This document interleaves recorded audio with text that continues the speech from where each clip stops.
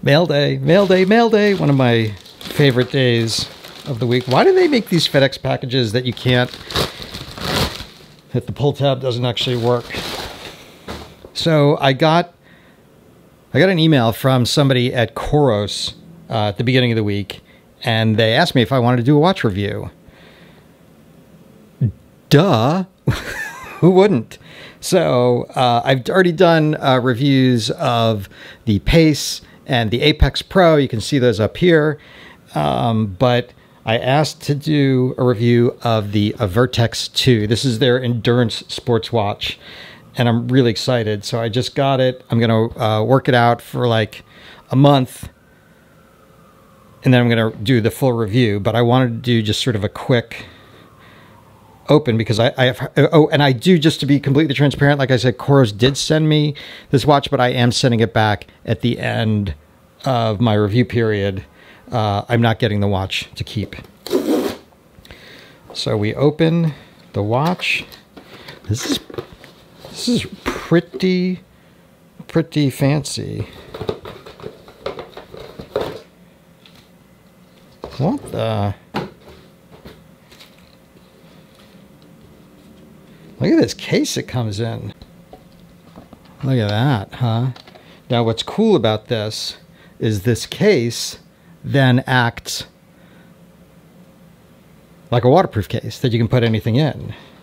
You can pull the foam out that the watch came in and strap it to your pack.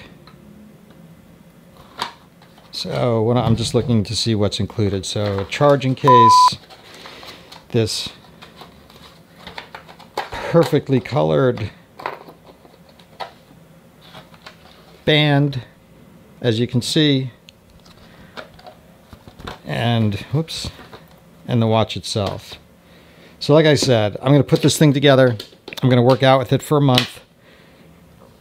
I guess this is what you would use to strap it to something. This is all sorts of coolness. All right, I'm going to read up on what I should be reading up on.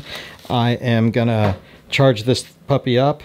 I love the packaging. This is super cool.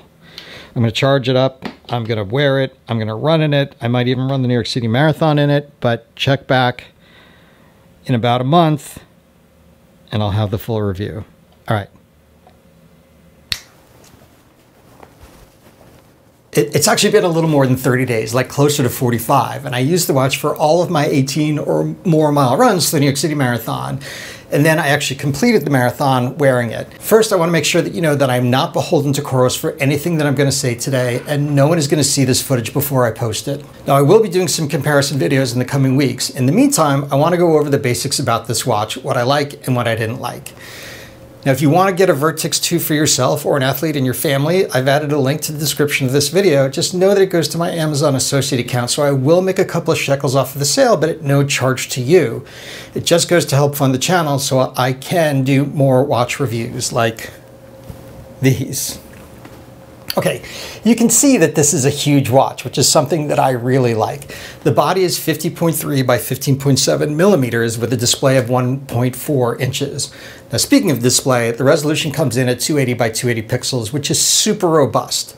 The screen is made of sapphire glass and the bezel is coated with titanium. It comes in at 89 grams and it has quick release bands at 26 millimeters, so there's a lot of aftermarket options if you don't like the orange one it came with, which I happen to. It does come with 32 gigabytes of built-in memory, which you can fill up with MP3s and connect your favorite Bluetooth headphones. Sensors include an optical heart rate monitor with pulse ox, electrocardiogram, barometric altimeter for ascent and descent, an accelerometer, a compass, a gyroscope for swimming and indoor activities, and a thermometer. And there are a bevy of satellite sensors, and they include GPS, the North American standard, Quasi-Zenith, the Japanese standard, GLONASS from Russia, Galileo from the EU, and Beidou from China. This is the largest selection of GPS standards I've seen in any of these sports watches, and it has a huge impact on accuracy, but also a huge impact on battery life. So let's get into battery life, which is really where this watch shines. And I mean, Coros is known for watches that never die. Okay, that's not 100% true, but I can tell you that I use the Vertix 2 for about 20 hours a week of workouts, and as a smartwatch connected to my phone with text and call alerts turned on when I wasn't working out. And in the almost 6 weeks that I wore it, I charged it twice. Twice. So you have a bunch of different configurations that you can use to either save battery or get the most accurate tracking of almost any watch out there. And here's what they look like.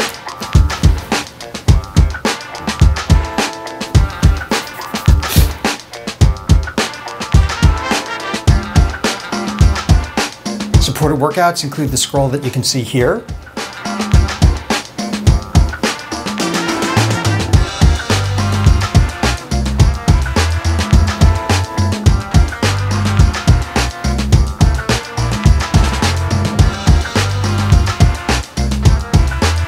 Now, after you do an activity like running, you can go into the activity and scroll through it, and you get a whole slew of metrics, including a running performance score, training load, training focus, aerobic and anaerobic score, the best mile pace, your average pace, your time and pace zones with a graph that goes with that, max and average heart rate with a graphic, time and heart rate zones, average running power in a graphic, elevation gain and loss with a graphic, cadence info, I keep going, stride, calories, workout time, total time. So like if you pause for water breaks, that counts into total time, but not into workout time. And then your splits. You can also go into the app and see all of the same info and spend a little more time playing with it. And I think I'm gonna do a video dedicated to the app because there's much more insight that you can gain from using it. And I don't wanna make this video too long. So let's get into what I like about this watch. Style and design, which shouldn't really matter, but kinda do, I think was great. If you're wearing the watch all day, every day, you want something that you like on your wrist, not just something that works well.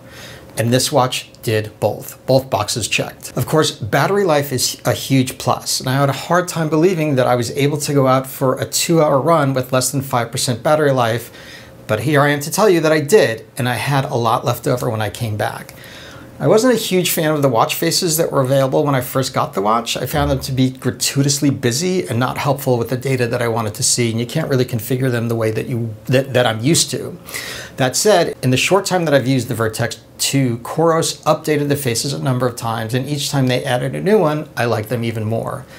The display is big and it's bright with the backlight on. However, I did have a hard time seeing it sometimes in the bright sun. Now that could be my eyes, but I don't think so.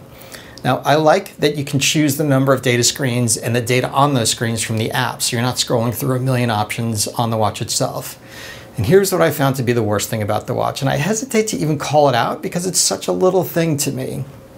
The backlight doesn't have many options. It's either on or it's off, meaning if you set the backlight on to gesture, it will either be on all day or from sundown to sunup. There's no do not disturb for when you sleep, so you can potentially have the thing lighting up your entire bedroom every time you turn over while you're sleeping.